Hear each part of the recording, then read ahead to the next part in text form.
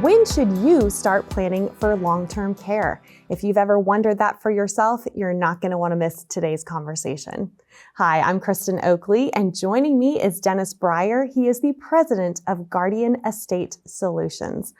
Dennis, the subject of long-term care is something that I think is on the top of most folks' minds. We are living longer than we ever have before, which is awesome. But with that comes the increased need for long-term care in the future. But we don't know if we're going to need it or not, right? I think that's the challenge. So how do you help the clients that you work with plan for long-term care, and when's the best time to start making that plan? I think many people think a long-term care plan is what product can I buy to cover the care, or what insurance do I need for the care? But long-term care planning can just be a written plan that says if I need some sort of care at some point in my life, whether that be at home or in a facility, I'm going to generate the income from that for that plan from this account or that account. Usually that you want that to be the most tax efficient account. Earlier today we talked about Roth conversions. That could be another good reason for a Roth conversion, is so that if you need care, you can pull the money from something that's not taxable to you. So a long-term care plan isn't just what insurance should I buy to cover this. It could just be, let's sit down, look at your assets, and in a worst case scenario of needing care, this is where we can get the money from. And the good news is there's a lot more solutions out there today than used to be. It used to be just that traditional long-term care insurance. What other solutions do you recommend that folks look at to meet the need should it arise? Two really good solutions. One would be life insurance. So if you have a permanent life insurance policy, many of those companies will allow you to advance yourself, usually 2% of the death benefit per month, in order to pay for care. That's a tax-free solution in order to do it. You can also use annuities, are a very good option for long-term care, because a lot of the annuity companies will either waive the surrender penalty if you need any kind of care, or they'll double any income coming out of the contract. So for instance, if you want long-term care insurance, but you're not insurable, an annuity can be a very good option to cover the care costs. Which is encouraging for folks to know that there's a lot more solutions that exist today. What would be your biggest encouragement to folks who are wrestling with this whole decision and trying to figure out how to have the right plan in place for themselves? First of all, I would say in our business, which is 90% closing estates for people, I've been involved in over 1,600 deaths.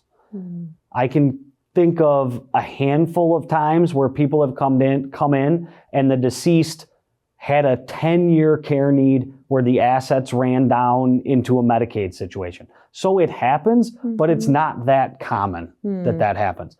Generally, what we see in terms of care is we see a lot of people needing it, but it's about $5,000 to $7,000 a month, and it's an assisted living sort of situation. So I would say when planning for care, don't plan for it like it's going to happen or it's the be all and end all of everything, because it's not.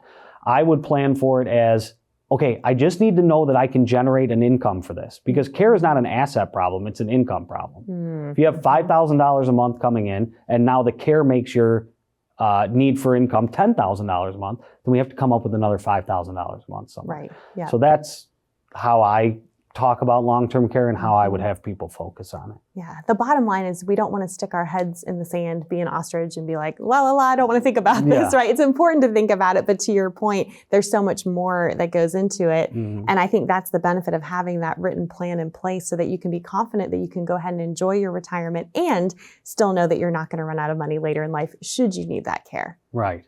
Long-term care is not something that anyone wants to think about.